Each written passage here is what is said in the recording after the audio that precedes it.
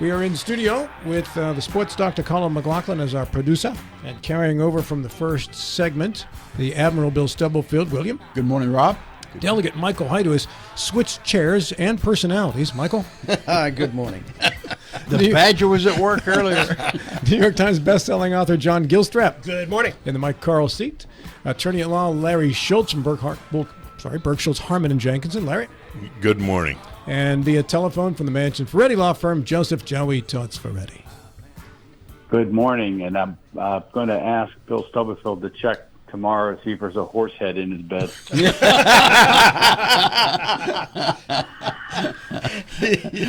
Yeah, there's a possibility. You gotta get careful with the paisan. Now, you're not making reference to my wife, are you, Joe? Bonnie's going to take umbrage to that. I don't think he went there. I don't think she was until you said that, Bill. Hey, Bonnie, that Joe said that, not me. For the record, I'm not comfortable with this conversation right now. Nor am I.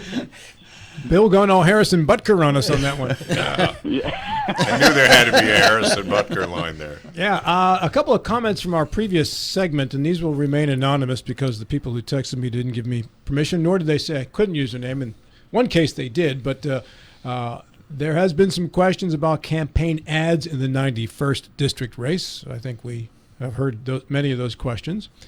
Essentially rooted in the question about the existence or non-existence of organizations attributed to sponsor and paying for ads. Those are questions that have been raised. That would be the DeSoto Hess Forst race. Also, in regards to the provisional ballots, one of our folks says, I think Tony is wrong that provisionals will be counted if done at the wrong precinct. Think about it. You can go to another precinct and vote on a delegate race outside your district. But Tony did cover that and say that your provisional would not be counted if you did go outside your precinct and vote again. That's right. We had a county commissioner in Jefferson County maybe 15 years or so ago that tried to do that. His argument was he was testing the system, but he got in a lot of trouble for doing it. But no, they do check. The provisionals are counted, but one of the things they do check is did they vote somewhere else. Bill also was asked to have the provisional ballot process counting explained. As a former county commissioner, do you have any insight to that in regards to the counting of provisional ballots? I'm sorry, I missed the what? Do you have any insight into how they actually count the provisional ballots? Yeah, they take each individual provisional ballot and look at it on its merit, and the majority of them are approved unless they find that someone double voted or someone's not registered or something that's obviously incorrect. Then they reject them.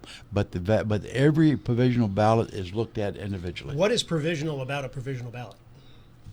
It's Whether it will count or not, to be specific about what you asked. In other words, let's say you show up and you're at the wrong precinct. They're going to let you vote. I see. With a provisional ballot, and then it gets set in a separate stack and reviewed at the canvas. At correct? the canvas, exactly right. At the canvas, and that's Monday. And that's the very first thing they do before they take the three precincts. They look at each one of the provisional ballots and evaluate it on a one-by-one basis. So these people who ended up going to the wrong polling places, they did in fact get to vote. It's just their votes haven't been counted yet. That's exactly right. Their votes will be counted if they have not voted somewhere else.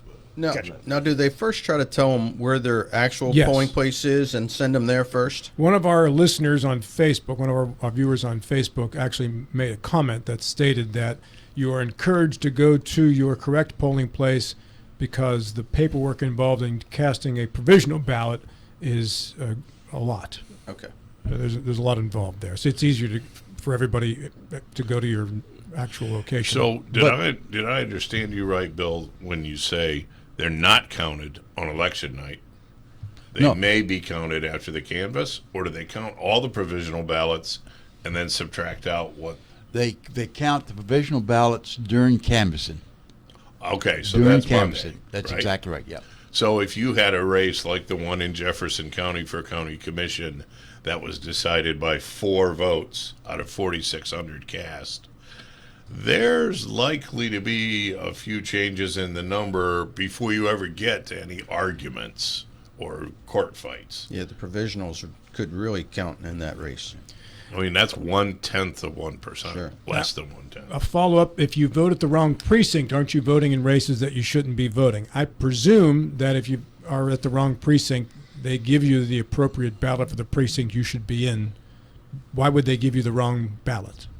You wouldn't be voting for a House of Delegates member that's not in your district, for instance. Yeah, I think you're right, and I don't know if they have a stockpile of all the various magistrates districts or not, but it's you need to vote for your candidates, and I'm not really sure the mechanics of how that happens. I early voted and at the downtown in Martinsburg, and I just they entered something in a computer, and I got this long sheet that they printed out there on the spot. I don't know why they couldn't do that at every polling place. There you go. I mean, it's not like they were pre-printed ballots. They ran it off at the spot. Yeah. But see, those are incorporated into the system. Provisional ballots, at least they used to be, were independent of anything going into the system, so they would not have gone to that. Tony, if you're driving away, come back. I got some questions. All right. Hey, by the way, there was another one too. Kresha texted and said you can't have cell phones, for instance, at a polling place, recording devices, that sort of thing. I think that was in reference to you can't have a gun at a polling place. And Kathy Cloud also texted in a message too. And anyway, it was just some thanks about talking about some of the stuff in regards to some of the other things that were going on. Anyway, regardless of that, let's move on and get to intros now. And we go a little something like this. Hit it. Now, you remember last week, because of the longer commercial breaks, we didn't do intros. And this isn't specific intros to you so much as it is a general reflection upon what we've all just gone through. 3 days back from today, the West Virginia primary was decided, and now a welcome respite from so many candidates derided. I've learned a lot the last 10 weeks from all these political takes, and then forgot most of it during the 12-minute commercial breaks. We've heard from a steady stream of castorization chemists and learned it's...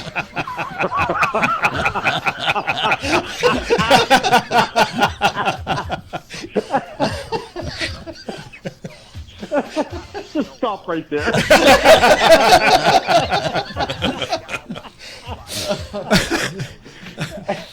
We've heard from a steady stream of castorization chemists and learned it's allegedly possible to unite Shepherdstown liberals and Jefferson County white supremacists.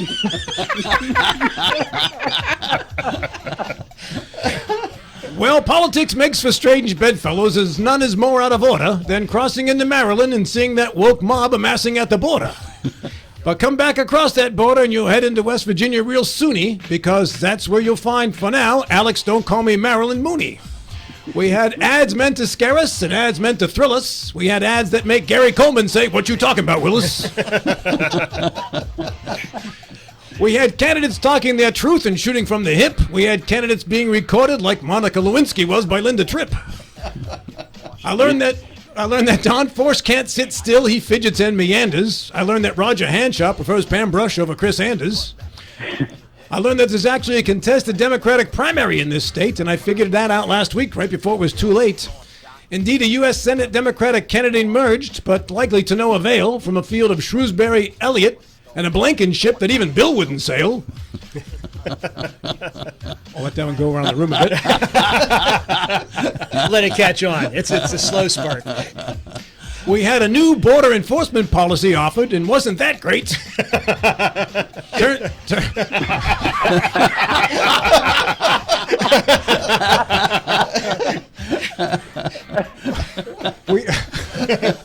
We had a new That border. one probably needs to be explained later. We had a new border enforcement policy offered, and wasn't that great? Turns out that it mostly served to decrease the sniper unemployment rate. The heat got hotter and the humidity increased as the swamp moved closer to the Panhandle that is east. There's bugs in the swamp, so get your own praying mantis. With all this swamp talk, you'd think our governor was Ron DeSantis. Speaking of the governor, the next one likely comes from around here and isn't that thrilling. Although for our candidate forum, he couldn't find his way from Jefferson County to the Dunn building. But we're not bitter. An amazing thing I learned was one I thought was just a rumor, and that's that Michael freaking Folk actually has a sense of humor.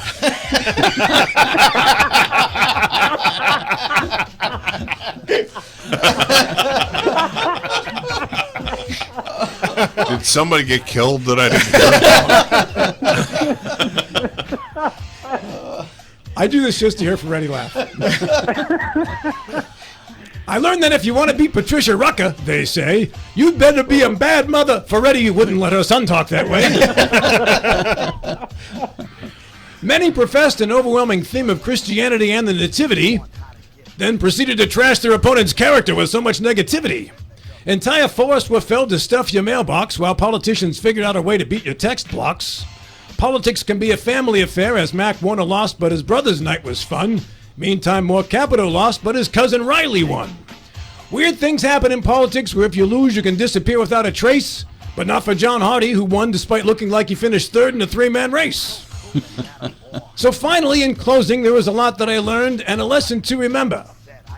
And that is, if you thought you hated this ugliness in May, just wait until November. Well done, Robert. Bravo. Bravo. That needs to be saved. Colin gave me a standing ovation and a bow during the middle of that. I appreciate that. Mr. Ferretti, you are our leadoff hitter, sir. The forum is yours.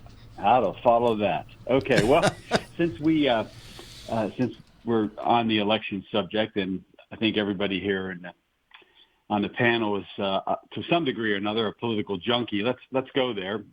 And my topic is kind of broad this morning. I guess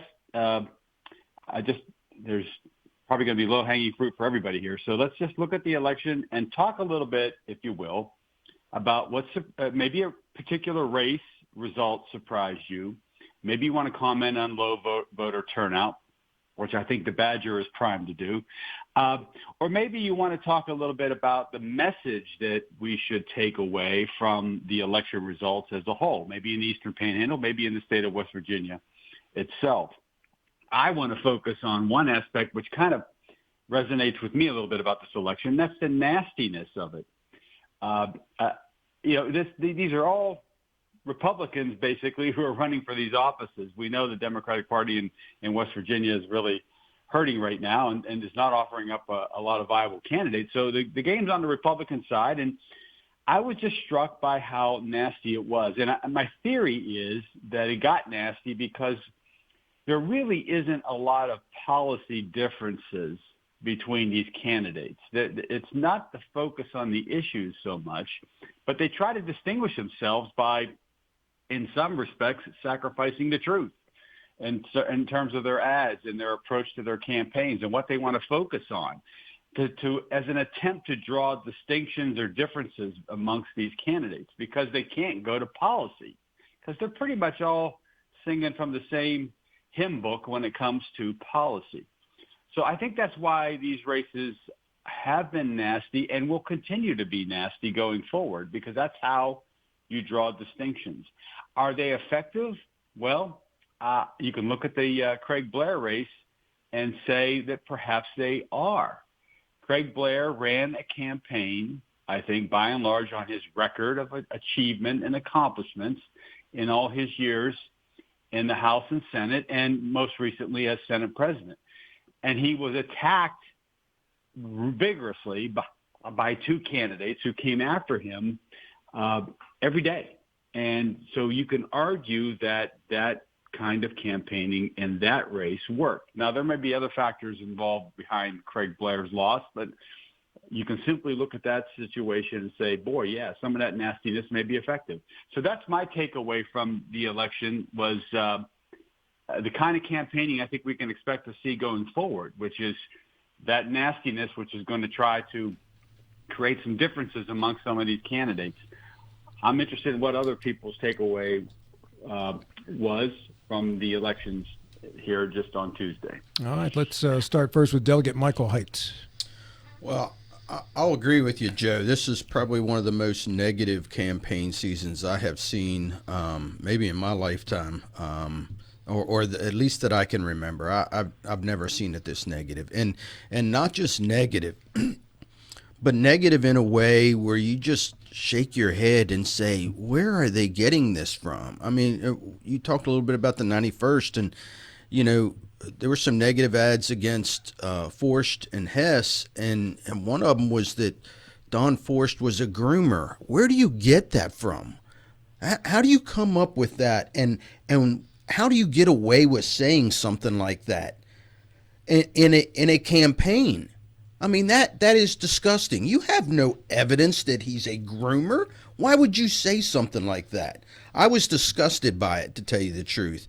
And there were a lot of negative things like that going on. And I don't know. And people say, well, that turns people off, and maybe that's why they don't go to the polls. Well, it seemed to work.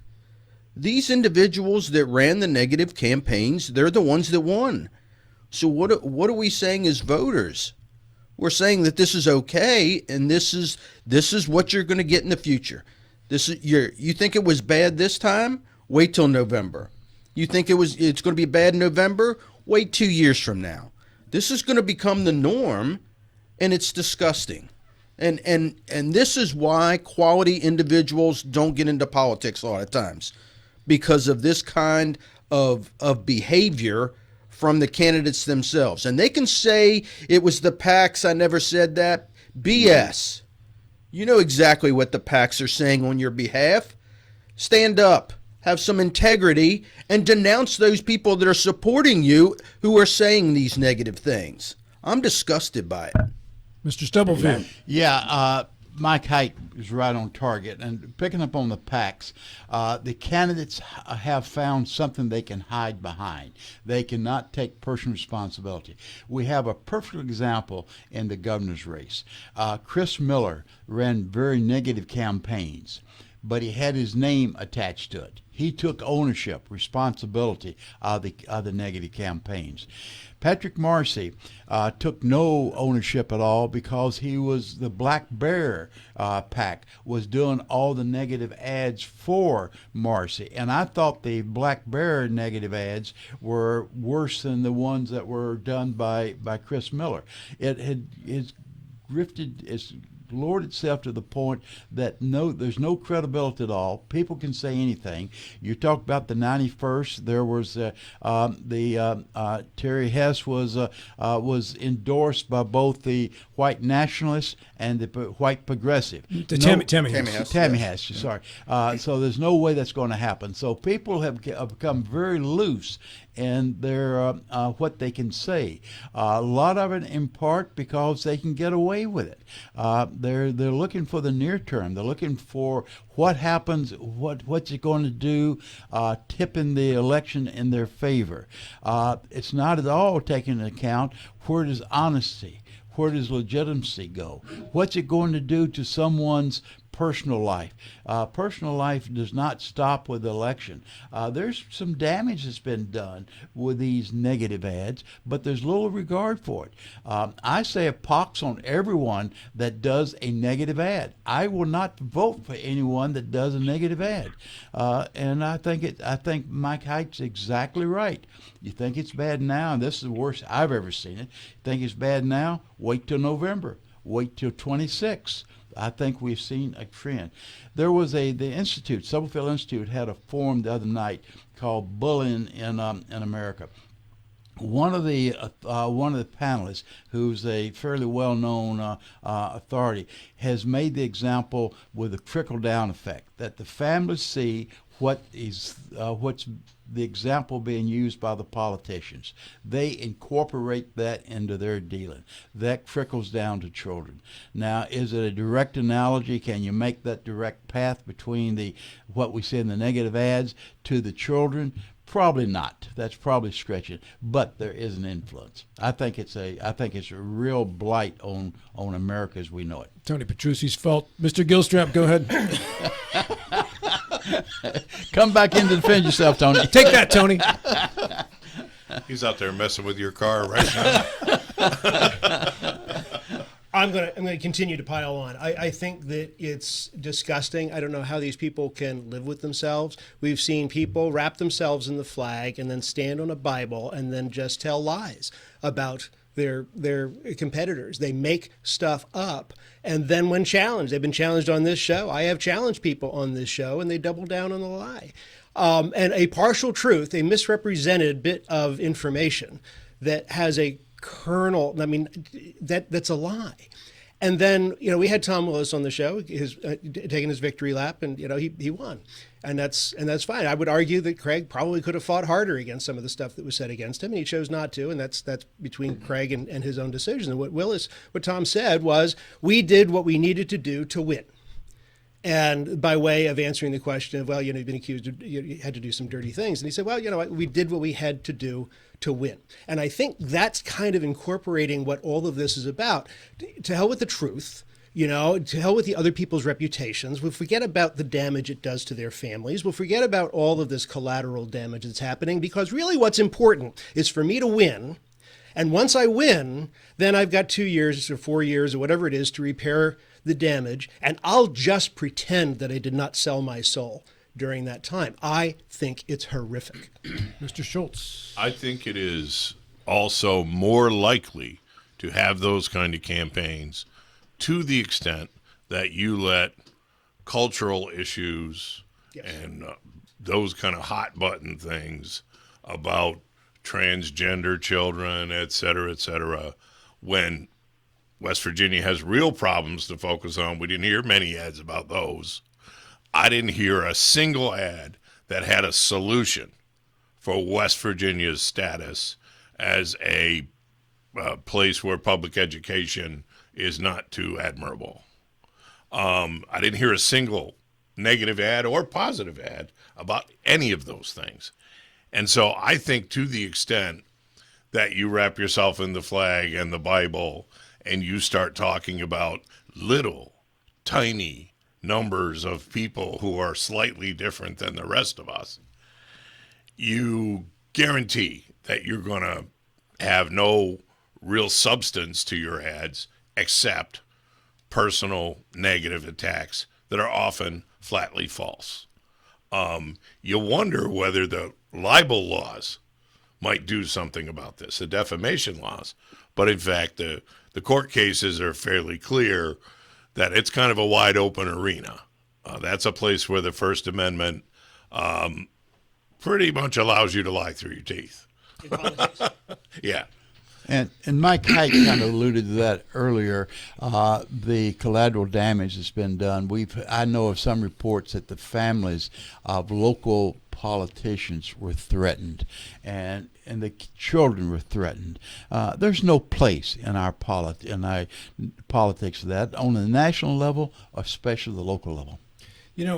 I talked about this years ago and haven't really done much lip service to it since, before we wrap it up with you, Joe. And that is, the attacks at the national level ultimately filter down to the local level. And one of the things that we've seen ramp up over the last 15 years is this, what we're getting now at the local level. And Donald Trump has brought it to an art form, but he didn't invent it. It was going on before him. He just perfected it. And the danger in the Republican Party, what I stated, the real danger from this perfection by Donald Trump in the Republican Party was that this would now become something that would be normalized at the local levels. And we are seeing that in the Jefferson County Commissioner situation. It was, I'm being persecuted illegally. They're weaponizing the local Justice Department against me. Where have we heard that argument before? These campaigns that just took place locally were really nationally themed campaigns at a local level, with national tactics brought about at a local level. These weren't the first people to do it, but these were the first ones to really perfect it. And I say perfected because they won doing it. This all filters down from the top. You'll see comments in our Facebook section that state that so much. I'm not the only one thinking this. You can read the comments. There's probably a dozen of them that reflect what I just said in our Facebook commentary area. Joe, back to you to wrap up. Well, and Rob, we live in a state that abhors federal regulation. In fact, we elected a governor who made it his cause to fight against government regulation. But I'll take you back to the Citizens United decision. And if you have an interest in this subject, go back and read the dissents in that case. The justices, in a very narrow 5-4 decision in favor of Citizens United, which was a political pack, the justices who were on the dissent side of that case warned about this, that when you create a vacuum, when you strip away the regulations by the Federal Election Commission and by the IRS regarding expenditures and regarding content, this is what you get. It's the Wild West, and you can say and spend money on anything. And the candidates, as Mike Haidt ably pointed out, have the ability to run away from it and say, hey, that's not me. I'm not responsible for that. That's a bunch of BS. And Mike, I can't agree with you more about what a candidate's obligations are under these circumstances when we really have no regulation and the court system is essentially powerless to do anything about this. It's up to the candidates to police themselves and to police those who support them. And if that candidate's not going to do it, that candidate's not worthy of our support. On that note, we stop and we put Bill Stubblefield on the clock as we take our top of the hour timeout at 9:02. The segment brought to you in part by the Berkeley County Health Department's quick response team, by the Skinner Accident and Injury Lawyers as well. It's Talk Radio, WRNR Martinsburg, and TV 10. We're back with more after these. If you or someone you know suffers from the disease of addiction, help is available from the Berkeley County Quick Response Team with peer recovery coaches and support promptly to the homes of those who've recently experienced an overdose. This collective effort towards recovery brings resources and services to the community, including naloxone and treatment options. Call 304-267-1313 or visit the Berkeley County Recovery Resource Center at 800 Emmett Rouse Drive, Martinsburg. The Berkeley County Quick Response Team is funded through a DHHR grant with the Berkeley Morgan County Health Department. Panhandle Printing and Design is your full-service local print shop. With over 50 years of combined experience, we know how to handle all of your printing and design needs. We can handle anything, from small business cards to wrapping large vehicles. Our in-house design team can do it all. As a staple of this community, we love helping people promote their events, businesses, and anything they're passionate about. Envision, create, and bring your ideas to life with Panhandle Printing and Design. With 4 new car dealerships and 4 used car dealerships in 3 states, Parsons is the largest used car and fastest growing new car dealer in the tri-state area. Take Parsons Ford with huge savings on hundreds of new Fords, financing from 0%, Parsons' goal of financing for all, and Parsons' famous above-market trade-in allowances that help make Parsons #1 for used cars too. See why so many won't buy anywhere but Parsons Ford in Martinsburg. We became #1 by making you #1 first. Parsons. The future doesn't wait. Why should you? Blue Ridge Community and Technical College offers over 60 degree and certificate programs in education, IT, culinary arts, engineering, and so much more. Small class sizes, flexible schedules with evening and online classes, affordable tuition, plus financial aid is available to those who qualify. Now you can go to college. Visit us online at blueridgectc.edu. That's blueridgectc.edu. Stop waiting and enroll today.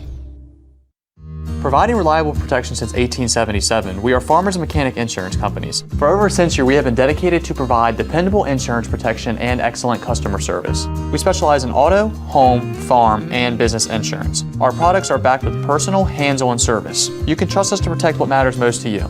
For all of your insurance needs, there's Farmers and Mechanics Insurance Companies.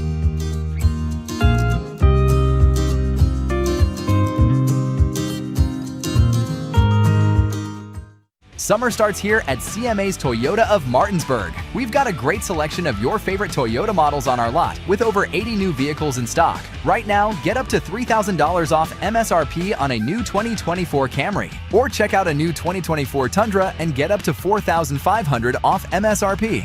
And every new Toyota comes with Toyota Care and our lifetime powertrain warranty. Visit us online at cmastoyotaofmartinsburg.com, where owners just care more.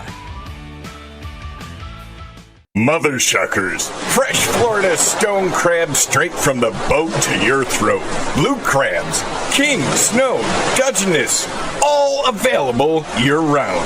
Try and find that anywhere else around here. Homemade soup specials every day.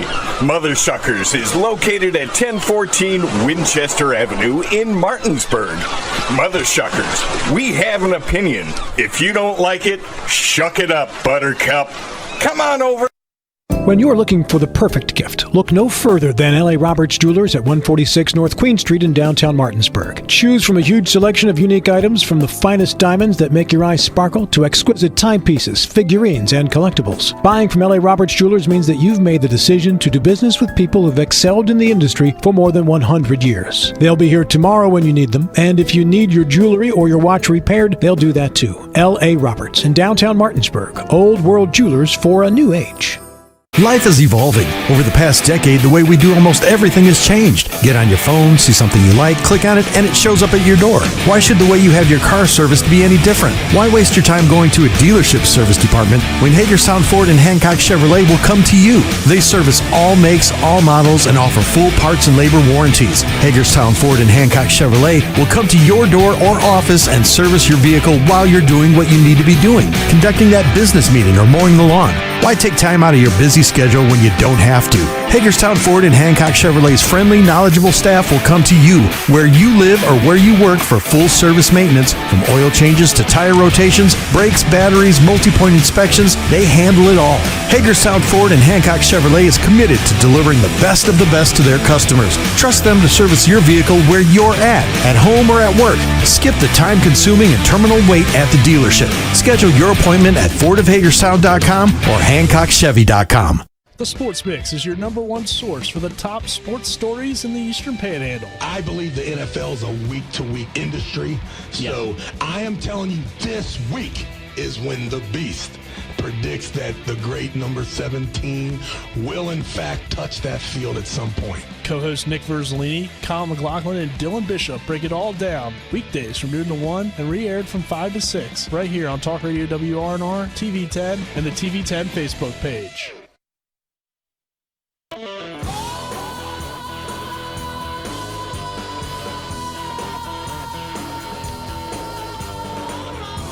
This segment of our show today brought to you in part by Hagerstown Ford. Not only can you get your next vehicle without stepping in the showroom, once you get it, by the way, they do deliver it to you. You can also get your service at your home, too.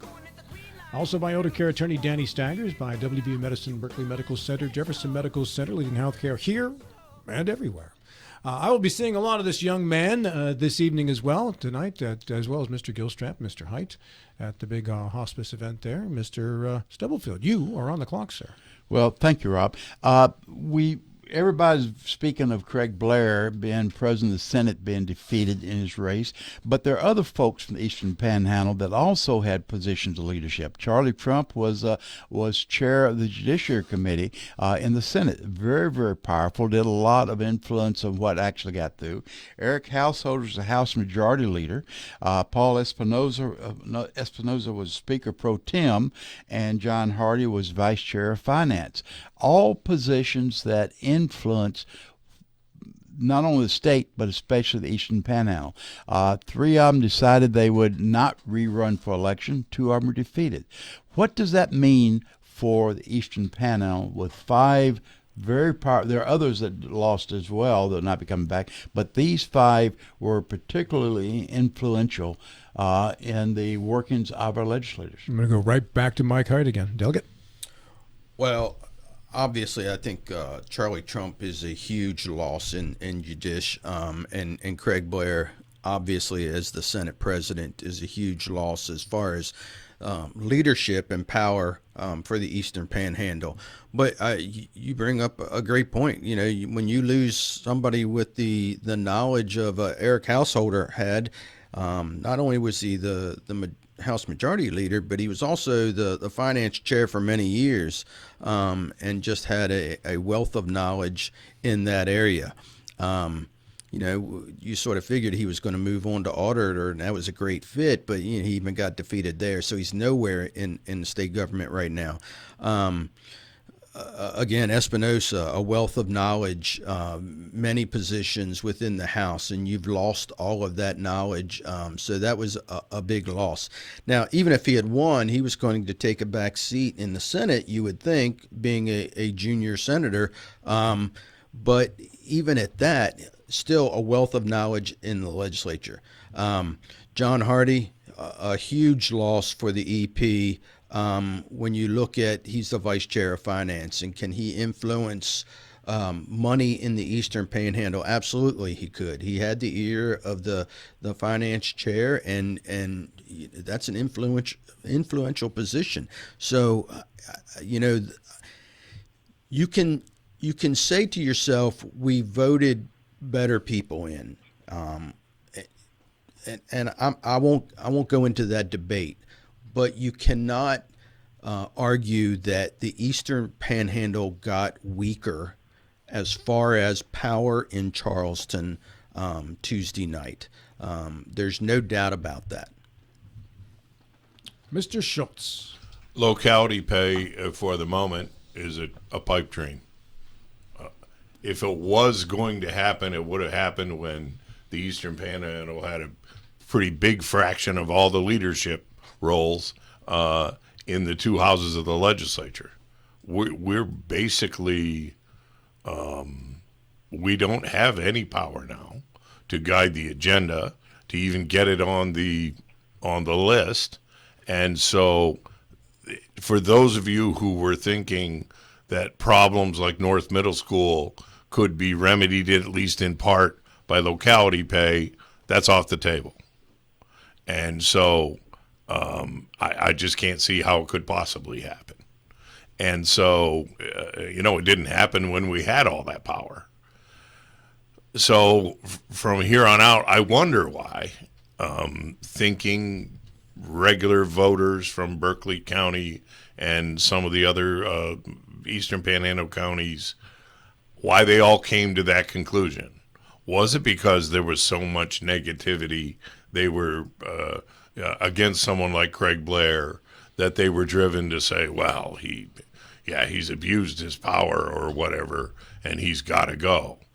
But somebody didn't think very much about what we're going to lose as a region of this state. Our ability to compete now with our neighboring states on teacher pay, on lots of other things, is pretty well gone. Mr. Gilstrap. Are we too deeply discounting the fact that the governor came from the Eastern Panhandle? Isn't that in play at all in all of this? Well, he hasn't won yet. Well, come on. But assuming that he wins, doesn't that counterbalance some of those losses? I mean, it's a question. I'm the relative rookie to all of this, so isn't that kind of a big deal? I think it could be, but Governor-elect Morrissey, or soon-to-be Governor Morrissey, doesn't strike me as an Eastern Panhandle guy. Craig Blair been in the Eastern Panhandle since he was little Craigie. And Mr. Morrissey has only been here because it's the closest part of the state to New Jersey. So I'm not so sure. So, and let me ask one other question. So, with this power drain that has happened, is there a vindictive element of this that we won't see that much power reinvested in the Eastern Panhandle by the others in the legislature for a long time? Is that in play through all of this? Well, I'll let Joe respond, and then I'll come back. All right, Joe for right hand.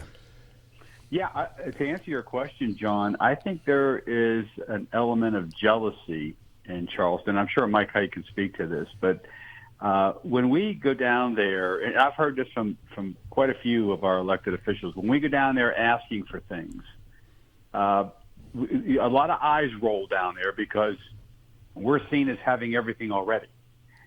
And so it's going to take a lot of politicking by some newbies now to go down there and strike some deals. And interestingly, on yesterday's show, I didn't hear that kind of approach being taken by some of our newly elected folks when they go to Charleston. I heard the opposite. So I wonder how effective the delegation will be. And let me just take this to another level. No one's going to convince me that we aren't a weaker state by sending Jim Justice to Washington, D.C. instead of having Joe Manchin. Put the politics aside for a moment. No senator had more power than Joe Manchin in the last 3, 5, 6 years. And now we're sending a governor to represent us as a senator who couldn't even report to work as a governor.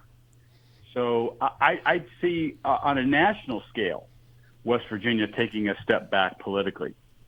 Certainly locally, I see that. And Mike, I'll be interested in your thoughts about that. But I just know that there's a lot of jealousy in other parts of the state about the Eastern Panhandle. And when we ask for anything, it's usually dismissed. Well, I will say this. With the leadership team that we had in place, the election of Patrick Morrissey to the governors makes us even more powerful up here. However, Larry talks about locality pay, and it's totally out the window now. I don't know, and this is, you may find this funny. I am being dead serious.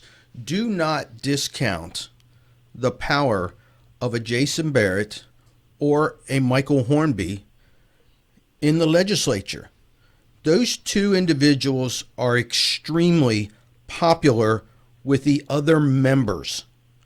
And that is how you get legislation passed for the Eastern Panhandle. Everybody likes Michael Hornby down there. Democrat side, Republican side, it doesn't matter. He has made a name for himself down there. People listen to him, and he can convince people to do things that are good for the Eastern Panhandle. And that is how you pass legislation that is beneficial to the Eastern Panhandle, by building bridges. Jason Barrett does the same thing on the Senate side. People in the Senate like Jason. People listen to Jason. And that's how we get things passed in the Eastern Panhandle. We have to have individuals that are willing to go down there and build bridges.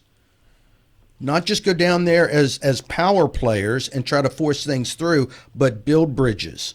I can back Haidt up on this because both Haidt and Barrett tell me how popular they are all the time when I talk to them. So I can back Haidt up 100% on what he just said. Guaranteed. They don't say anything about Hornby at all, right? No.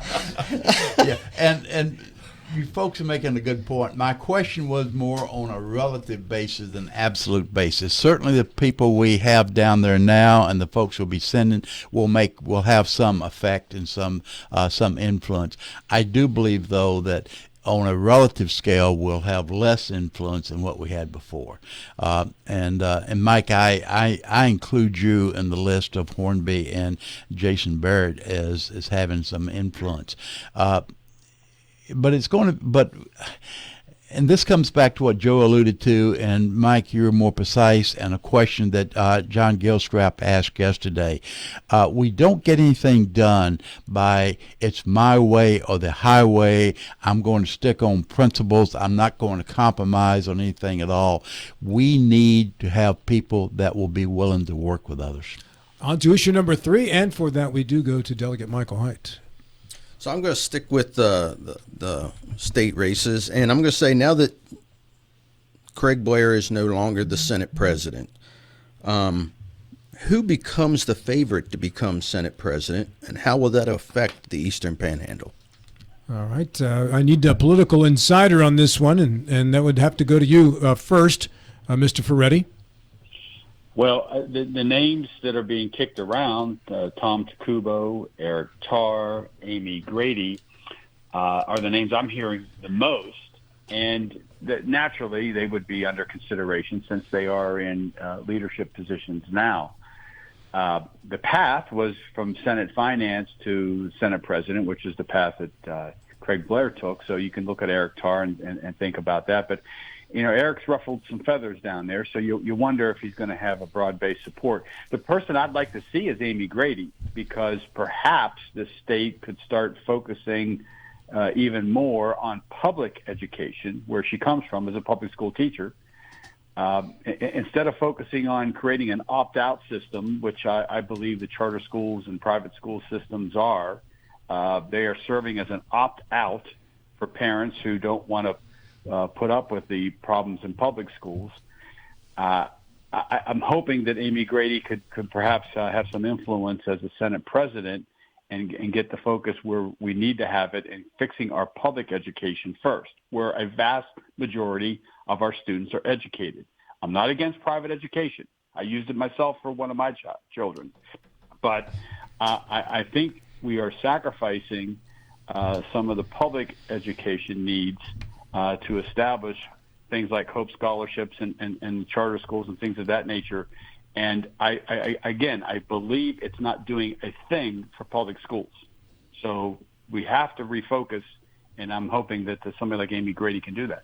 Billy? Yeah, Patricia Rucker was going to run against Craig Blair last time. I would be surprised if she survives the general, which John Doyle will be running against her. If she does survive the general, it would not surprise me that there'd be some support for Patricia. She has a lot of influence in the more right-wing part of the party, and I don't know if the House shifted, or excuse me, the shifted as strong to the right as what the House appears to have. But if there is a large, hard right component to it, then Patricia may well be a candidate for Senate President. Larry? I'll go back to what I was saying earlier, that there are still some enormous problems in the Eastern Panhandle alone that good people can have an effect on, but a lot of times it takes that leadership person to shepherd the deals as they come forward. And, you get close at the end of the session and one bill goes forward and the other one doesn't. And a lot of times that's the leadership. And I just think it's going to be that much harder now to, even with maybe Patricia Rucker as Senate President, it would be that much harder to get the stuff the Eastern Panhandle needs over the finish line. Mr. Gilstrap. I'm not enough dialed into the personalities here to choose, one senator over the other. That's why I went last with you. But what I would like to do is put on my Pollyanna Mr. Smith hat here for a second, and kind of, wouldn't it be nice if, in choosing the leadership positions, the legislature were to choose its priorities for the upcoming sessions, and say it is education, because education doesn't just suck here. Education sucks throughout the state. So if we were to choose, kind of building on what Joe started with, if we were to choose education as the priority for the legislature, both houses in this coming year, that choose leadership where that is the expertise that will shepherd those challenges and those bills across to the governor's desk and actually get things changed. So rather than having the leadership be pure power plays, political power plays, have them be plays to actually solve the individual problems by choosing the expertise that's involved. Comes back to you, William. No, I think. Sorry, Michael. Yeah, John, I think that would be the nice thing to happen. I don't know that's what's going to happen. This we're still in. I said it was Pollyanna. So. Yeah, this is going to be a power play. I will say this though, and nobody mentioned Nelson either. I think Nelson, who's already in leadership on the Senate side, could be a candidate as well. What about Jason Barrett? And absolutely, Jason could be a contender. I think the thing against Jason may be that he's new to the Senate. This is his first run at Senate, and maybe that will hurt him a little bit. But he's popular over there, so I can see him making a run for it. Here's what I will say about the Senate, though: they're pretty good about deciding things behind closed doors and not letting it get too public. So that's not to say that there won't be a race in the end, but of the let's say the 3 or 4 people who may be interested, I think they'll work it out amongst themselves and get it down to 2 or maybe even just 1 before it becomes real public. Mike, is there division in the Senate between what we euphemistically call the Chamber of Commerce Republican and the cultural warrior Republican. Is that very pronounced and identified in the Senate? No, I don't think it is as much. I know you used to have Carnes in there who was pretty far right as most people would think, but he got defeated soundly in this election, so you don't have that. By who? By a guy by the name of Marsh? You know anything about Marsh? No, and that's the other thing. The new people coming in, we probably don't know enough about to know how they're going to vote and whether or not they're going to be farther to the right, especially on those cultural issues. So I think it'll be an educational period here in the next session to find out who's who. Was Morris the guy that it was thought Greg Blair put up to run against Carnes? Yes. Yeah, so there's some irony here that I probably don't have to spell out, but I will. The race with Carnes was Blair's chief agitator. Yes. And he's gone, right? The guy that Greg was thought to have put up to get him out of his hair is gone. Espinosa, many thought was put up by Craig. Espinosa denies it and says, I tried to run for Senate a few years ago and put it off. This is of my doing, but too many other people who contact me say, no, Craig put him up to run against Rucker. Loses. Craig loses. And Rucker, who had, my understanding, the backing of Carnes to go for Senate president against Blair the previous time, gone. So does and also it's also my understanding that Rucker encouraged Tom Willis to run. Well, this is what people are saying, and there are many more people after her interview even contact us and say, no, she's not telling you the truth. She put people up to run against Barrett, and she put people up to run against Blair because they were putting people up against her and whatever. Okay, but she denied it when she was on the program, right? So, and you're smirking. You got a camera on you. Remember, you're smirking. Yeah. So they all deny it. Does she have, with Carnes gone, are there enough of those kind of Republicans in the Senate, do you know, that she would have the backing to win Senate president? I don't think so, no. Right. I think it'll be somebody more moderate. It'll be somebody like, and I don't think the finance chair has a chance either, Tar. I think it'll be somebody like Nelson or Grady. I think Grady may have a good chance, or Barrett. I think it'll be somebody like that everybody in the Senate can get along with and likes. Let me circle back on Tar, and we know Tar mostly through occasional appearance on WRNR. You see him from a different perspective. Tar was and Justice were at war all the time, so I kind of view Tar as an antagonist against Justice. Marcy will be if Marcy does win, he's going to be a different breed of cat altogether. Does the animosity that Tar and Justice have of each other, will that carry over to the Senate? Will that be a factor in the election of the new president? I don't think it'll be a factor in the Senate president. I wonder how much Tar seemed to be, and I don't know this for a fact, but Tar seemed to be one of those rogue players that he was out by him. He was going to do what he was going to do, and he was very hard to control, even for Blair. So when you have individuals like that, it's hard to get a consensus to put them in the top position. If you can't control him where he's at now, why would you put him in the top position? So that's why I don't think he'll be able to win as Senate president if he were to try to win that. I think it'll be somebody more like Nelson Grady. All right, that'll do it then. We'll take our halftime break at the 9 o'clock hour, and we come back with Larry Schultz on the clock. Segment brought to you in part by CMA Honda and also by the Mansion Ferretti Law Firm. Mr. Schultz, in just a couple of minutes. All right, sir. All right, don't go ready. away.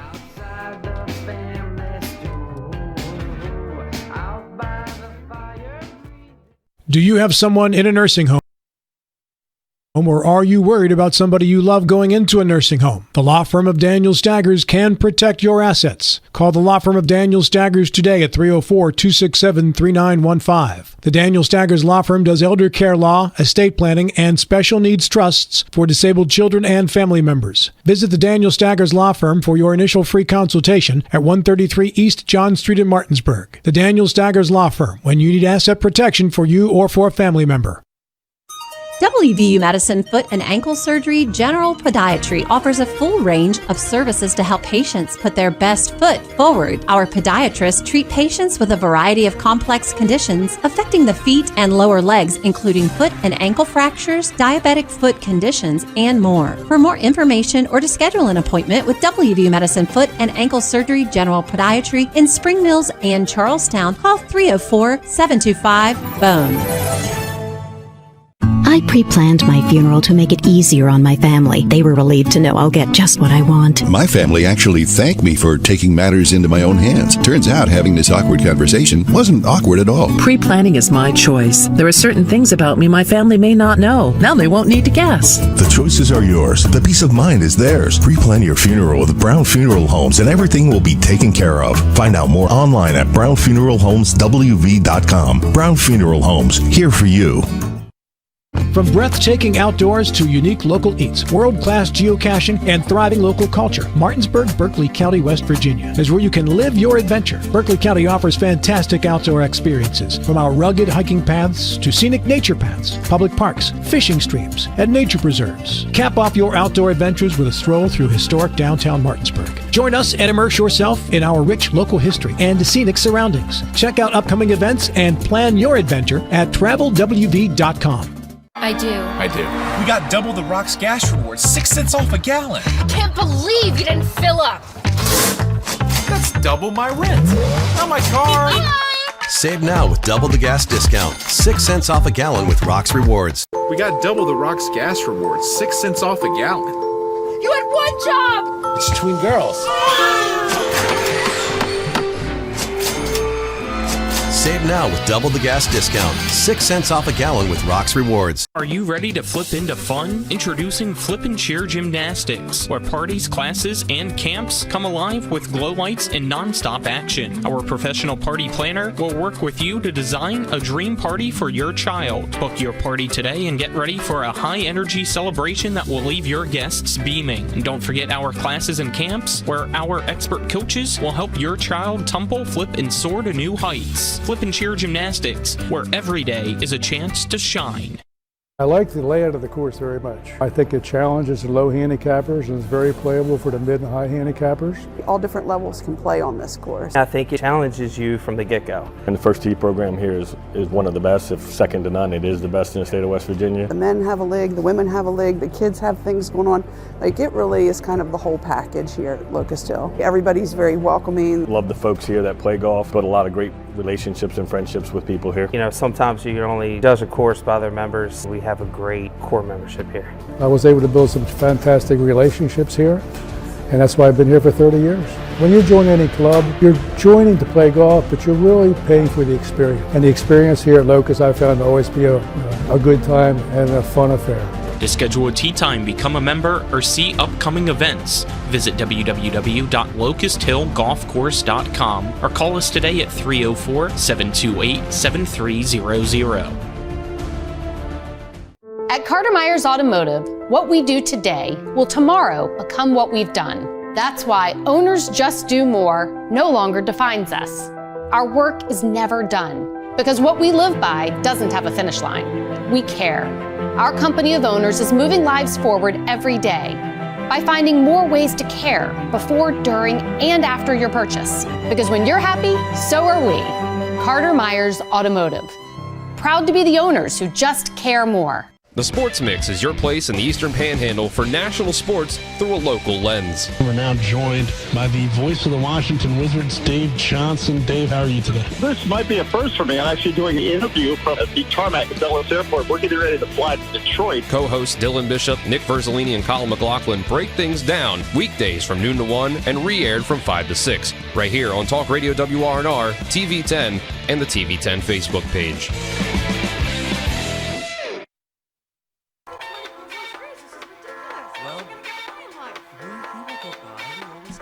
This segment of our show today brought to you in part by CMA Honda, also by the Mansion Ferretti Law Firm, L.A. Roberts Jewelers in downtown Martinsburg, and by Leonardo Marco and Company at Century 21 Modern Realty Results. We move on with issue number 4, and with issue number 4, attorney at law Lawrence Schultz. Here's a change of pace. Does it seem to you like Trump will be convicted? That is not a change of pace. It is from what we were all talking about. Does it seem like Mr. Trump will be convicted in New York? Why or why not? Well, Joe, as another attorney on the panel, this new bit of information on the panel here from Larry. Go ahead and tackle it. Well, Larry, I'm sure you'll agree with me that predicting what a jury will do is a fool's errand, and I'm not going to do that. I have not sat in on the court on the trial. I don't know how the evidence is coming in. It's hard to read the jury from afar, so I'm not going to be so bold as to predict whether there's going to be a conviction or not. I don't know that it's going to matter a whole lot either way. I think already baked into the cake is how each side of the political spectrum is going to respond to whatever jury verdict is issued. So I just don't see it moving the needle. I will say this as a commentary. The fact that the Speaker of the House, who is, third in the line of succession in our constitutional government, the fact that he would find it necessary to go sit in a courtroom in New York to support Donald Trump is, in my mind, shocking. I don't understand the spectacle of going up there dressing like Trump and then walking out there and giving press conferences about what a sham the court system is. You're not doing our system of government and our jurisprudence any good by doing that. So for those folks who are inclined to do that, check yourself, please. Okay, Mr. Stubblefield. And Larry, I've lost some interest with this, so I don't follow as much as I should, even though it's hard to turn on television, any station, and not pick up snippets of it. As far as the speaker going up there, I can justify the speaker going there more so than I can Ted Cruz, J.D. Vance, and some of those. Johnson was criticized for going to Mar-a-Lago and bending his knee to Trump a few weeks ago. But the result was Johnson was able to get funding to Ukraine through that I don't think he would have otherwise if Trump had not been supportive of him. So there are certain issues that Johnson would like to get through the House that will make it easier if Trump is on his side than if Trump is working against him. So there's a little bit of justification, but it does make, I think, a clown show of what should be a more strict judicial process. Mr. Gilstrap. This is a dog of a case from the very beginning. I think it was a political calculation that went horribly wrong. As far as as far as the leadership and the House and Senate showing up to be in the same frame with Donald Trump, what it is saying, hey, look, we all know that this is a political thing, and we want to be here with our political leader to show that it's okay. It's not all that much different than when the Democratic leadership dressed in African garb after the George Floyd incident and kneeled in the halls of the Capitol. I mean, it's political showmanship, but it's what politicians do. As far as is he going to be convicted, again, I'm not a lawyer. I'm certainly not a juror on that case. But apparently, Cohen's testimony came apart yesterday, where he, at the very moment, at the very text, the very phone call, the instant of the phone call, where he told Trump that. The revelation was that this was hush money. It actually involved a 14-year-old kid who was harassing a bodyguard or something. I've read the headline, not the details of the story. So his testimony has come completely unzipped at this point. I mean, even CNN is going, oh, well, yeah, he's really in trouble. So is he going to walk away from this? I think, yes, he's going to walk away from this. I think the Democratic Party is going to look terrible out of this. I think Alvin Bragg made the right decision a while ago when he decided not to bring this case. And I think Trump is going to be 5 times stronger than when it started because of it, because they've made him a martyr. Somebody made the case yesterday that Biden, the first thing he should have done was pardon Trump. That would have been a great idea. I can't remember who it was. I don't remember where I heard it. Romney had said Mitt that. Romney. There you go. Thank you, Bill. Yeah. Mr. Haidt. Yeah, I'm going to agree with Joe. Trying to decide what a jury is going to decide in this case is a fool's errand. the thing about this particular case, and I personally think that he's going to be found not guilty, and this is why. Not only does the prosecution have to prove that he knew about the hush money, but that he directed the hush money for political purposes, not just so his wife didn't find out. That it had to have something to do with a campaign finance regulations, and trying to go. I think people can get maybe to the point though. Okay, he knew about the hush money, even though Cohen was taking care of it. But why? And most people are going to say he didn't want his wife to find out. Well, if that's the reason, then that's not a crime. You have to be able to jump from because he didn't want his wife to find out to he was trying to cover it up for campaign purposes, and that's where the crime comes in. And the prosecution hasn't even told you what the crime is at this point. So you couple that with the Cohen testimony sort of coming apart yesterday. I don't see this being a guilty verdict at all. All right, back to the man who started it, Larry Schultz. Yeah, I now understand a little better the question you raised some time ago about how does this work with the federal law. And as I understand it, they do not have to convict him as a federal court would be charged with doing, because he was not charged federally with the violation of the federal law. However, they do have to prove some of the factors involved in the federal law beyond a reasonable doubt in order to turn these misdemeanors into felonies.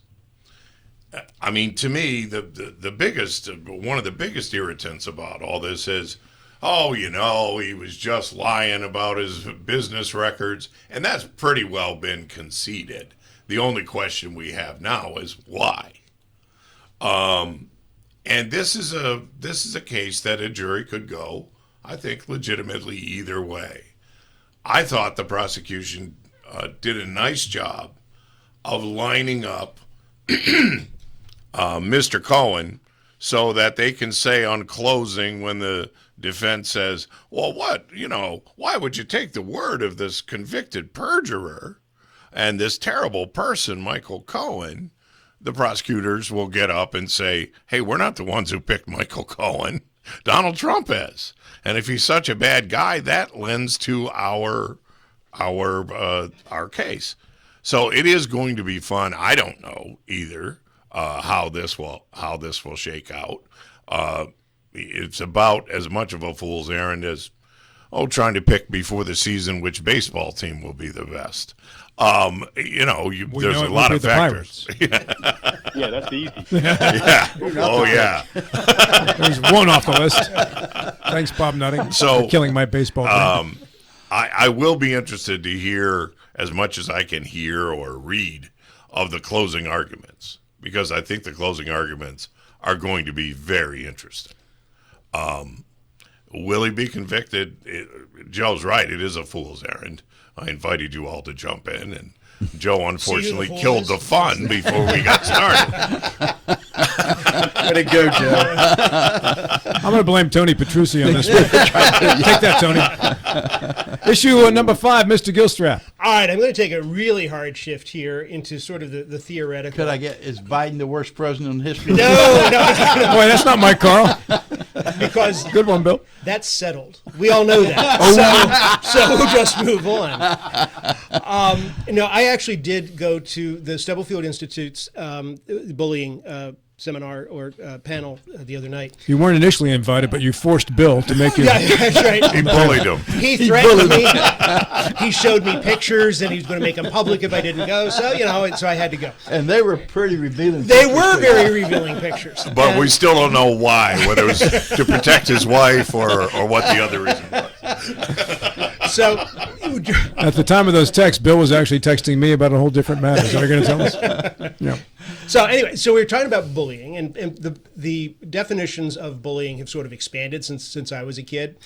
And as I was listening to this, I was, my mind was wandering about a number of different issues. And I'm thinking, in society today, we're seeing we've gone to a society where people are being beaten down on the streets and nobody helps them. We're seeing cops getting beaten down and nobody helps them. Instead of helping them, in fact, what they're doing is they're filming the beatdown and hurrying to see who can get it onto YouTube first, who can get it onto social media first. It's like nobody cares about things anymore. And one of the comments that was made from the panelists when it comes to violence in schools, we talked about North Middle School, 160 fights over the course of the school year. How can this happen? Well, one of the panelists said that when she was a principal at a school, she found it so frustrating because parents would tell their kids, if somebody hits you in school, hit them back. And that is absolutely the wrong thing to do. If somebody hits you, what you do is you go and find an adult, and then the adult will solve the problem.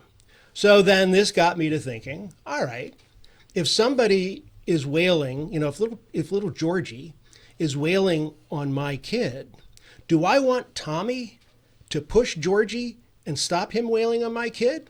Or do I want him to run while the wailing is going on and get a teacher or an adult? And it seems to me that in this case, I'm from a different era, but it seems to me in this case, we're not the don't respond.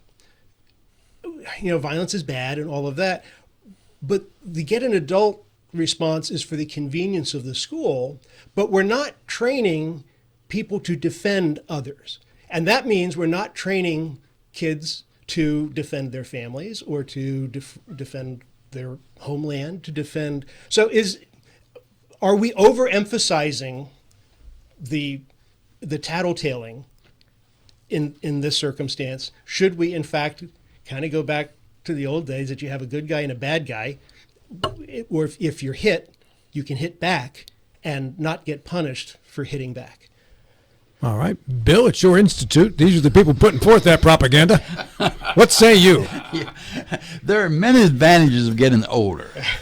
There's one disadvantage is trying to interpret what's happening in today's society in the prism of when I was a kid, back in colonial days. But, John, I don't know. There's so many puts and takes on all of these arguments today.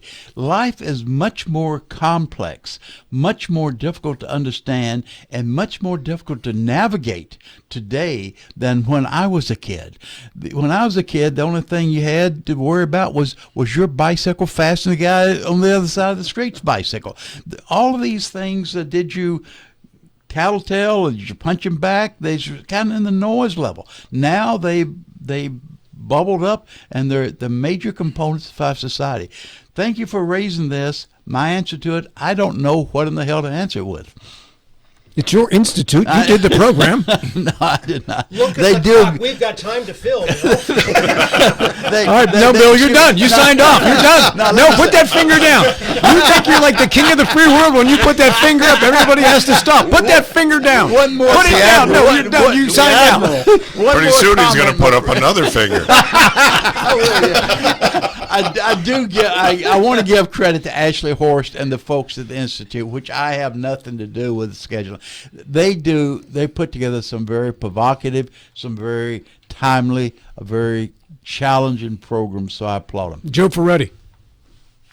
Well, it's a tough question because, first of all, we all can recall our elementary school days, and part of human behavior is just like all other animals on this earth, you develop a pecking order, right? And you did that in elementary school, especially amongst the boys. There were tussles, there were fights, there were wrestling that went on, and it was all establishing a bit of a pecking order in that realm. As we get older and you get into middle school and high school, now it becomes a different matter. And so I can see the lesson here of establishing as early as we can in childhood development that reliance upon adults, reliance upon authority to solve some of these problems, these disputes that become perhaps even physical in nature, is the way to go. because in a country like ours, which is heavily armed and everybody's got a quick temper these days. You want that ingrained in folks so that when you get to middle school, high school, and beyond, that's the automatic response, is to go to authorities to solve some of these issues rather than the vigilantism that we sometimes see and the false bravado that people have because they may have a gun on their side. So that to me is an important discussion, and I can see where you would want to develop some thinking along those lines earlier in childhood development, whereas before, we settled those issues on the playground. But I think this is a different day and age, and I think we have to act accordingly. Michael Height. Yeah, I'm more old school as well. I think we handled a lot of those things on our own back in the day. I don't remember a whole lot of fights in school. I mean, but there were some, and it seemed like we weren't pulling out our phones because we didn't have phones, but you would gather around when somebody got into a fight. But as soon as you saw one was getting the better of the other, people stepped in. All right, that's it. You've won the fight. You're not going to sit here and beat them to death. People would step in, or once one or two punches were thrown, people would step in and stop it. We've gotten into schools. We've gotten into this this mantra of you're not allowed to hit back. You're not allowed to defend yourself. And I don't know. I always told my kids when they were in school that they had to. If I don't want you fighting, I don't want you starting fights. Don't you hit anybody. But if somebody punches you, I expect you to defend yourself. And my daughter's going to get mad at me because she got into one fight in high school and she got in trouble when she got home because she did not defend herself.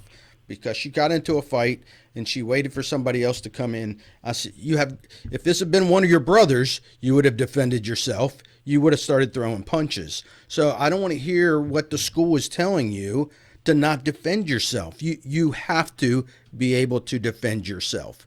So if somebody comes throwing punches, defend yourself, throw punches back if you have to, enough to stop the beating. And if you get suspended because of that, guess what? You don't get in trouble at home. That's old school, though. But you're right. Yeah. That is old school. All right. And that's just the way I look at it. Yeah. Larry? Yeah, there's a couple of things. First, as to what John said, given the level of this stuff that goes on now, which I do think is higher than it was when I was in grade school or high school, we need more adults so that a kid doesn't have to go run away out of the room or down the hall to get an adult, that there's adults nearby. They don't all have to be certified teachers, God help us, but there need to be more adults, probably. The other thing goes back to what Mike was talking about, and this comes up in the work that I do as a volunteer. The average person's understanding of self-defense is wildly overstated. Self-defense seems like it's 100 miles wide, and it's about a quarter of an inch. When you look at the court dockets, what a lot of us do is you say, well, you hit me.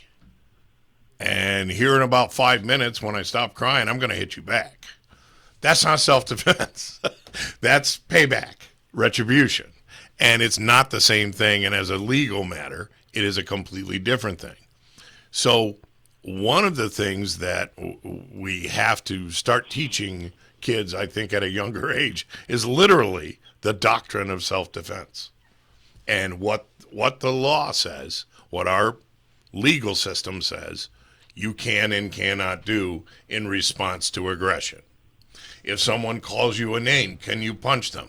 No. The answer is no. If you do punch them, don't come crying to me that he called you a name. We already told you. You can't do that. And that might help this whole situation, along with more adults. And it's also the reaction of the adults as well. You mentioned younger. I was in one fight that I remember in high school, and I was fighting a Golden Glove champion, and there was only one blow swung, and I was the recipient of that. I broke my nose, blood everywhere. And I went to the principal. He said, "You have to be the dumbest son of a gun imaginable to get in a fight with that guy." That was the only thing I ever said. No action. Bill, and he was right. I'd like to point out that 10 minutes ago you signed out of this conversation. And since then, we can't stop you from talking. John, it comes back to you for the final. See, I told you I can't stop you from talking. No. You signed me out. I did not sign out. No, you signed me out. You said, I'm from another generation. I don't know anything else to say about this. I'm done. And then Gilstrap scolded you because we had 8 minutes to go. John, final minute's yours. I think we need to get back to a time. I think we have, in the younger ages, we have too many adults in kids' lives. And I don't know that the genie might be out of the bottle. Kids spend too much time on phones and that sort of thing. I think where kids can spend time together and self-adjudicate, it's the schoolyard fights, the pushing matches. You know, we're not going to guns and knives and these things. You know, you're out, no, I'm not, and you know, and it gets settled. That kind of interaction is how kids learn right from wrong with each other, and that's how you settle these things.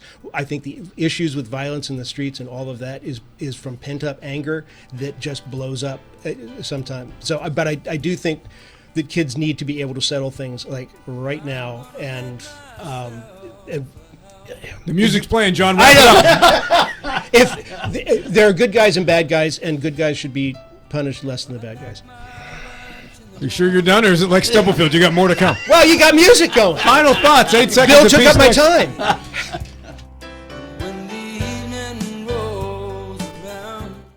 Car accident? Get more with Mansion Ferretti. After a car accident, what does it mean when we say get more with Mansion Ferretti?